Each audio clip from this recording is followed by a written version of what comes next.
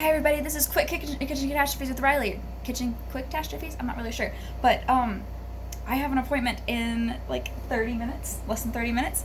And we have had just a whole bunch of things go wrong today. I'll fill you in as we go. I wish I could just keep this going while I'm mixing, but I just don't know how it's gonna go. But it's gonna be an experimental day.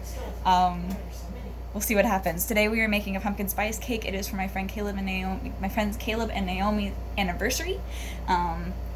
I just found out that I'm COVID negative, which is really, really great because I was really concerned about making this cake while I was still not sure. But yeah, so here we go. I forgot my apron.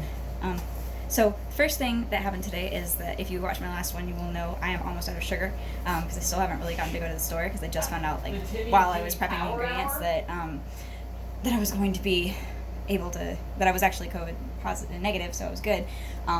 So I'm almost out of granulated sugar. So the first thing that we did today is that I put, instead of 1 1/4 cups of regular sugar, put in a cup of sugar and 1/4 cup of Splenda because we're being healthy, but really it's just because I'm running out of sugar and I don't know if I had a full 1/4 cup, so it was just easier to do it that way.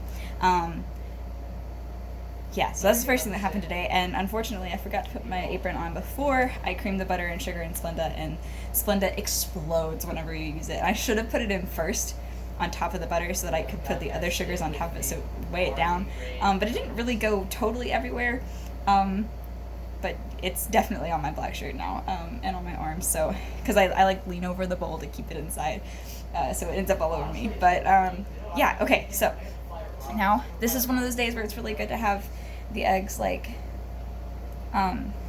already cracked in a measuring cup because this is an add one at a time recipe. Also, I'm not sure how my mixer is going to handle this because it's a very big recipe. I have everything in the biggest bowl that I have. It's a cake recipe to fill 4 6-inch cake rounds, which isn't a ton, but if you'll recall, the last time that I did a cake was when I did that vanilla cake a few weeks ago. That is not on here. It was quite a struggle for my little hand mixer, so we'll see how this goes. Alright, so I just ended up accidentally adding 1.5 eggs at one time. Where's my...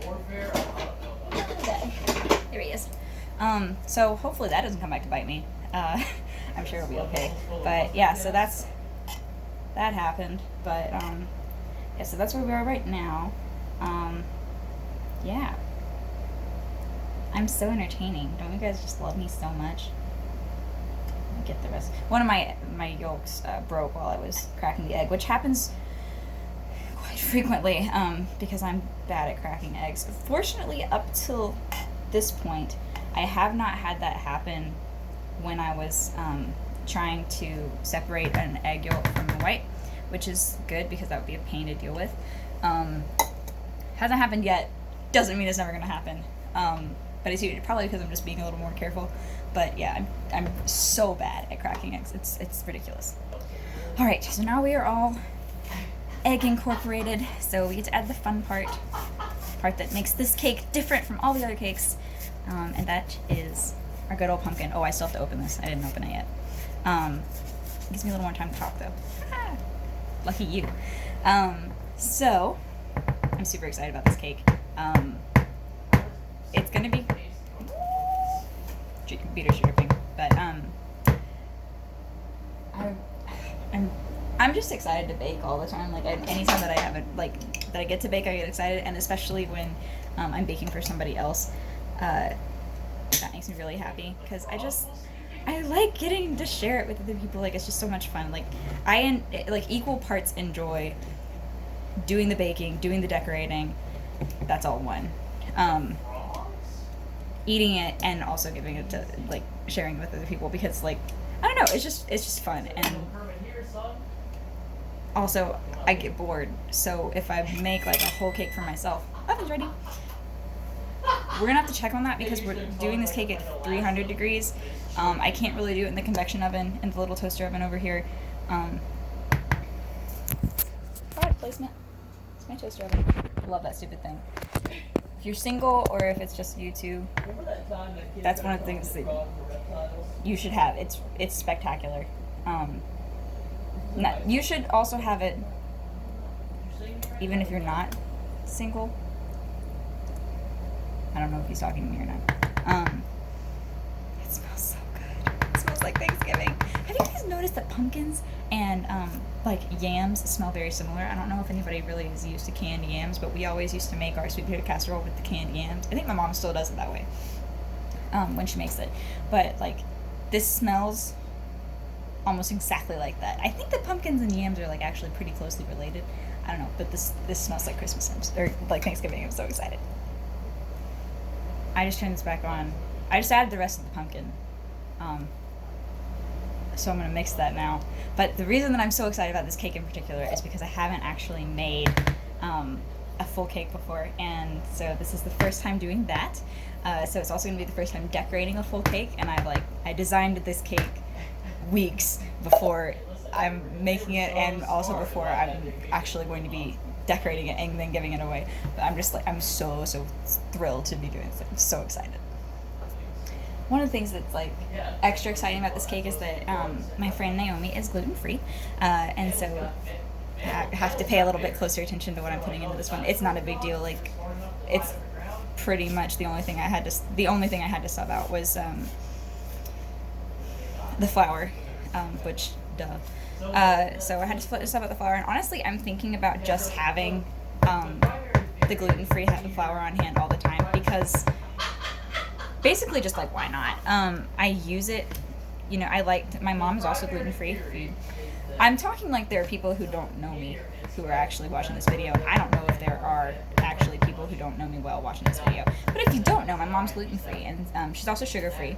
So we do, and low carb and all that jazz. So it can be tough to make desserts, but my sister and I really enjoy trying to make stuff that she can actually eat. So I cook a lot with gluten-free flour because I'm like, I want to see if this will work for my mom, but also because here recently, with my baking, I'm sharing that with other people. I forgot about this, and like, I have a couple of people in my life that are gluten-free down here, and I don't want them to be excluded just because of a food allergy that's pretty easily avoided nowadays. So yeah, and it's also just easier to just have one kind of flour around, because right now I'm switching back and forth between different types of flour, and that's not necessarily a bad thing, but it was like a moment of panic this morning, because I was like, oh my gosh, I really need to be very careful, make sure that I add the King Arthur flour and the gluten-free flour, and not my regular AP flour, because then she wouldn't be able to eat it, and I'm making this all for her, and I have 10 minutes before I have to go. There's no way I'm going to finish this in time.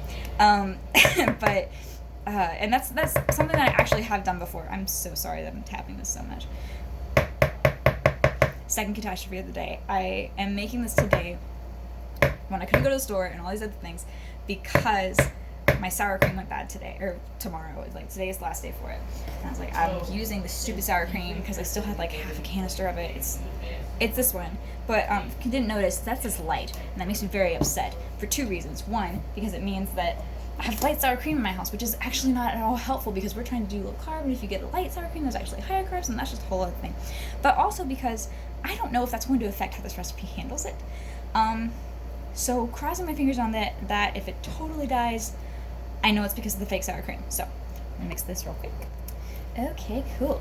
What I was saying about it actually being a real fear is that one time I was making peanut butter cookies, and I decided that I was going to make them sugar-free because I just wanted to see how they would turn out. And I was on the phone with my mom, and I was talking to her about it, and it's like a super easy recipe, but I'm putting together these peanut butter cookies, and I realized, like, at the very end, that I had completely forgotten and just put regular granulated sugar in there. So it is something that I've done before, and I do not want that to happen again. So I'm thinking I just might keep around the gluten-free flour, and it works fine. Like, I've never used it in something as a substitute just because I felt like it, or because like I was trying to make it available to people who needed it to be gluten-free, and it was just like, this one's good. Like, it's always worked perfectly fine for me, so like, why not, so I might start doing that, unless it's like crazy expensive, and I just haven't noticed up until this point, but I don't think it is. Anyway, now, third catastrophe of the day. Well, actually, this one is third and fourth. So this is buttermilk and vanilla, and this is the part where you like do your dry ingredients and alternate with dry and wet ingredients. So what happened today is when I went and inventoried all the ingredients last week to make sure that I would be able to make this cake at any point, then at that point I thought I had everything that I needed, and I was like, oh, I'll be fine, everything's good. What I forgot about is that this recipe called for buttermilk, and I ran out of milk almost a week ago now. We ran out of milk, and so that was upsetting. Also, we're out of lemon juice. Our lemon juice went bad. I don't really know if lemon juice can really go bad, but I was like, this is way past its date.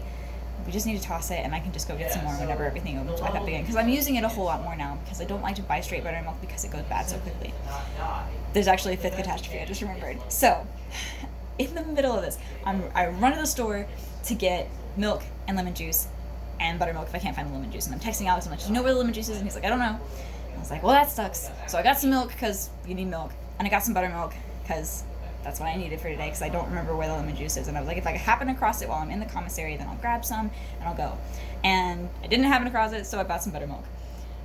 That's the third catastrophe of the day. Fourth catastrophe of the day. I forgot how low I was on vanilla. So I only had like 3/4 of a teaspoon of vanilla, and I needed 2. So I'm like calling my mom, I'm like, Mom, do you know if I can sub anything out for vanilla? And she was like, I don't really know. What do you have? And I was like, I have some almond extract will work. And she was like, yeah, that should be fine. Just don't do like too much of it because it's like super sweet. And I was like, yeah, I was just gonna do like a teaspoon. And she was like, yeah, do a teaspoon. I was like, cool. And I was like, if it were my cake, just for me, I would have just added it and just seen what happens. But because I'm already using the light sour cream, which is a completely different aspect, but like I'm still really apprehensive about it. I am losing so much time right now. But this is the part that like, this is the catastrophe part. So like, if I don't add this, then what am I doing? I would have just added it, but it's not mine, so I want it to be good. So I went ahead and added that. Fifth catastrophe, that buttermilk, I said it goes really bad. It goes bad really fast. Today's the 17th. It's the day before my birthday. It goes bad on the 20th. So unless you guys can tell me of a recipe in the next couple of days that uses, a cup of buttermilk, please let me know if you do, because I need to get rid of this. Or I'm just going to end up tossing a whole thing of buttermilk. But okay, I'm going to do this part, and then I might have to just stick this in the fridge because I